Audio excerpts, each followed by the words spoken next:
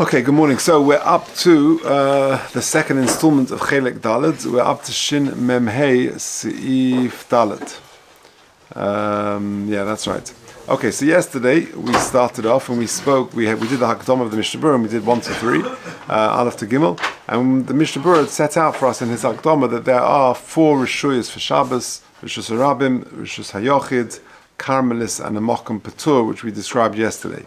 Now the Mechaber is going to carry on, and we'll get to Sif Zion today, which is going to be the important one, where he defines the Reshus Harabim, which is already a very critical halacha.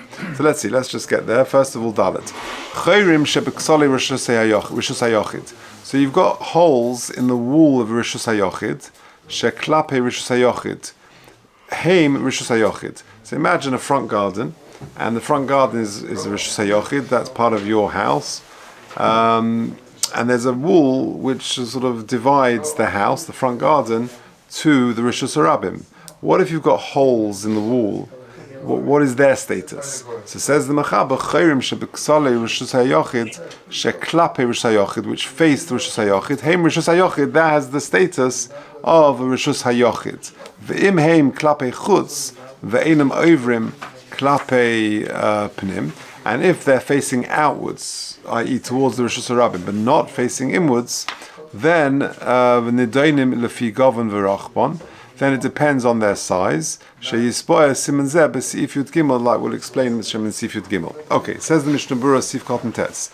So you've got a wall which divides, let's say, Reshus Hayochid and Reshus Harabim, and the hole in the wall is facing the Reshus Hayochid. Now, Rotzalema says the Mishnah Berurah, Tess, Sif Cotton Tess, Afidu impoinim gamel Reshus Harabim, even if the hole in this wall is fully open, i.e. it faces both.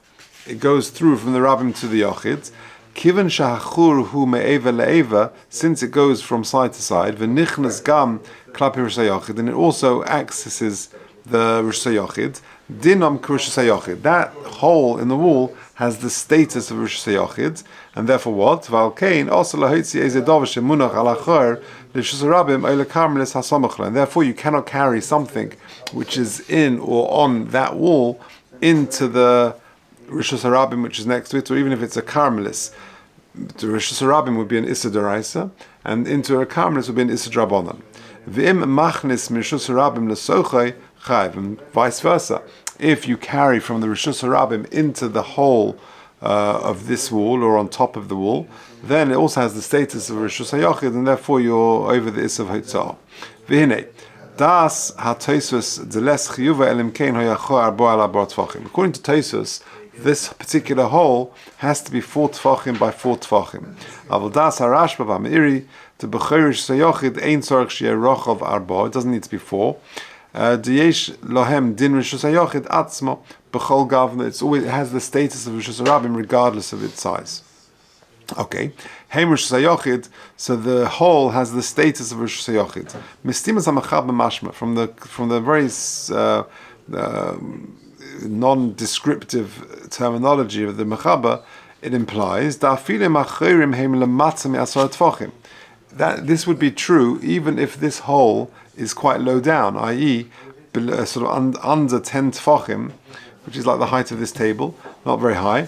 Since they're broken through all the way towards the inside, i.e. the Reshus Hayochid, dinam k'Reshus Hayochid, they have the status of Reshus Hayochid. V'chein mashma meloshen Ramah shekalsov de'imeinam ovrin klape pnim nidainim lefi gavim v'rachman. And that seems to be the view of the Ramah, because the Ramah just says that if they don't go klape pnim nidainim lefi gavim v'rachman, that means it depends on their size. Mashma imchacherin ovrin klape pnim, which implies that if it did go through, it was mafulish. It did go through. It was like a hollow opening all the way through between the Reshus Hayochid and whatever on the other side, the karmelis or Reshus Harabim. We don't look at the dimensions of this hole. So you see the implication of the Mechaber and the Ramah is that regardless of the size of this wall, it's got the status of Reshus Hayochid. And regardless of how low down it is. V'chein kosov Magen Avraham v'Tosefes Shabbos. However, over any Rabbi Kosov, the dovzeh pluksa he ben Rishonim. He says actually it's a machlokes in the Rishonim. The yesh ben Rishonim desfir lehu to kiven shu lematzim yasara, that since this hole is lower than 10 tefachim from the ground, ein bnei Reshus HaYochid mishtamshin bom. The people in the Reshus HaYochid don't really use it. It's just too inconvenient. Mipnei kiven shu namach, since it's so low down. Bnei Reshus HaRabim mishtamshin sham. It's people on the outside would use it. They would put their things there. Valkein dinam k'cher Reshus HaRabim, and therefore it has the din of the holes of Reshus HaRabim. Hamavur lekam b'sif Yud Gimel. V'chein hu gam kein das hagrob ve'er b'simen zeh u'b'simen shinun gimel ayin sham. Okay, so then we'll finish off the Mishnah Berurah Yud Aleph lefi govim v'rachbon. So we said that the Ramah finishes off and says that if they face outwards, ve'im heim klape chutz ve'enam ovrim klape panim, and they don't face inwards, then it depends on the size. Says the Mishnah Berurah Hainu im heim gvoy masar tefachim, if they're taller than 10 tefachim, v'rachav arba, then have Reshus HaYochid, they will have the status of Reshus HaYochid. V'im einam gvoy masar tefachim, if they're not more than 10 tefachim tall, oz im heim rachav arba have a kakarmenis, then if they're 4 tefachim wide, they've got the status of a karmenis. V'im lav hari mokum patur, and less than that will be a mokum patur. V'after mavur dinah d'ramah b'hed b'sif Yud Gimel. Even though this is all set out very clearly in Yud Gimel, nok dehocha, it's still brought over here. The Ramah still brings it here. Kedei levayed afilu cherish sarabim, that even the holes of the Reshus HaRabim k'mafush lashin l'Reshus HaYochid, and that are opening into Reshus HaYochid, dinam k'cherish HaYochid, they will still have the status of a Reshus HaYochid. Okay, good. That is Sif Dalet. Sif Hey. Avir Reshus HaYochid, the airspace of Reshus HaYochid, hu Reshus HaYochid ad l'rakia. Again, an important halacha. The Reshus HaYochid, the airspace, it doesn't have a limit in terms of height. All the way to the heavens, it goes all the way. That has got the status of Reshus HaYochid. Says the Mishnah Berurah Yud Beis, afilu noatz kona b'Reshus HaYochid. Even if you stick a pole into this Reshus HaYochid, shegva mea amas, that goes 100 amas into the sky. Av she'en be'rochav arba, even though it doesn't have a width of 4 tefachim, im zorak mishus harabim v'noch al gabov chayev, because the Reshus HaYochid goes all the way up, and therefore if you throw a frisbee from Reshus Harabim and it lands on this pole in Reshus HaYochid, that's considered a transfer from Reshus Harabim to Reshus HaYochid, and you're going to be chayev for that. What's the other nafkaminas if you fly high above your house or something? We're still, I suppose then it's still got a din Reshus HaYochid if it stays within that Reshus HaYochid. Yeah, that's l'kula you're saying, that would help you. Yeah, that's a good example. Okay, Vov, Sivov, Afilu Kli, Kugain, Teva or Migdala Kaveris. You've got some sort of keli, some sort of vessel. For example, a chest or a migdala, some sort of tower, kaveris, like a beehive. If this keli has 4x4 tefachim, this has the status of Reshus HaYochid. Says the Mishnah Berurah, so you've got a new gimel. Hainu, afilu here medes b'Reshus HaRabim. So that means you've got like a big a chest of drawers or a fridge or something like that in a Reshus HaRabim. That item, if it's 4x4 tefachim and bigger than 10 tefachim, has the status of Reshus HaYochid. So you could have a Reshus HaYochid in a Reshus HaRabim, a freestanding thing. Tevoi kaveris, nokat shnei minei kelim. It gives these examples because it's 2 different types of kelim, muruboim or agulim. A teva would be square, and a kaveris, like a beehive, imagine like a barrel, is circular. Now, in yesh bo l'rova, it's got to have, for it to be a Reshus HaYochid, it's got to be 4x4 by 10 tefachim. Now, in yesh bo l'rabeh, now, valkein, b'chaveres shehi agula. How do you work out 4x4 if the keli in question is circular? Lo yav Reshus HaYochid ad shetiyeh chalola machazekes 5 tefachim u'shloisha 5 tefach. T'oz yesh b'chalola l'rabeh arbo al arbo. So this is just simple maths. If you've got a circle, the diameter of that circle is 5.6. That means you've got a square inside of 4x4, right? So imagine, that's just this because we don't want to get too into the mathematics. But if you've got a circle, and if the diameter of that circle is 5.6. That means, imagine you draw now like a square within the circle. Can you picture that? If you've got a circle and you would draw a square within the circle of width 4 and of length 4, the diagonal of that circle, which is the same as the diameter, will be 5.6. Yeah. Okay. So therefore he's just saying that if for it to have the status of Reshus HaYochid, it's going to have the dimensions of 4x4, which essentially means the diameter of that particular circle will have to be 5.6 tfachim. Tes Sivkot and Tes Zayin have Reshus HaYochid bein toich chalolo, whether it means inside the actual keli, or vein gag hakli or gav hakli, or whether it's on top of the keli milmala v'chanal b'sif gimel. But if it's less than that, if it hasn't got a height of 10 tfachim, then ein lo din karmelis to ein karmelis b'kelim. We don't have the concept of karmelis with kelim. Karmelis is an area, it's like a field or something like that. And therefore, if it hasn't got the din of a Reshus HaYochid, it will just be they have the normal status of its of a Reshus Harabim. To bottle a Reshus She'omed by, because it's considered bottle to the Reshus it's standing in, and therefore it will have the status of a Reshus Harabim. Ulafizeh im omed hakli bekarmelis. If this keli is standing in a karmelis, din karmelis olav mitzad Reshus She'omed, but it has the din of a karmelis which is standing in. V'chein muchach lekam b'simen shinun hey tosef Shabbos v'chein kosev beismei ledas hamagen Avram. If, however, the kli is attached to the ground, it's screwed into the ground or something, mikri karmelis afilu hu b'Reshus Harabim, then it will be called a karmelis even if it is in a Reshus Harabim. Okay, now let's just do Zayin. Now Zayin is a very important halacha. We're defining what is a Reshus Harabim. So this will be a bit familiar. Says the Mechaba, Eizehu Reshus Harabim. What is the definition of a Reshus Harabim? You've got streets or you've got a marketplace. Harachavim tes zayin amo, which is wide, which is 16 amas wide. Ve'enam mekayrim, and it hasn't got a roof. Ve'en lahem chayma, and there are no walls.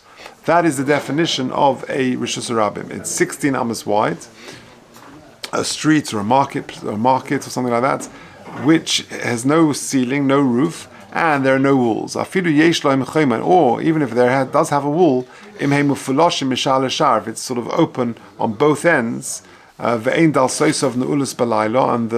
gates are not closed at night, have a Reshus Harabim.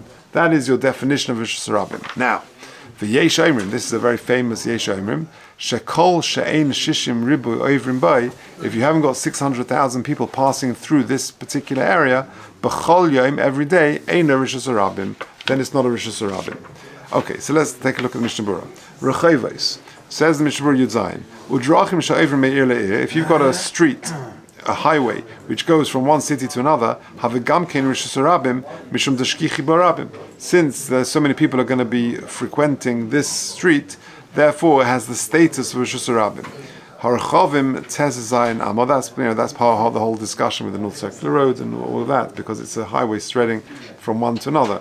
And, you have all these main streets and the A1 or the M1 going from when they made the Arab just now in Gateshead. That was one of the discussions.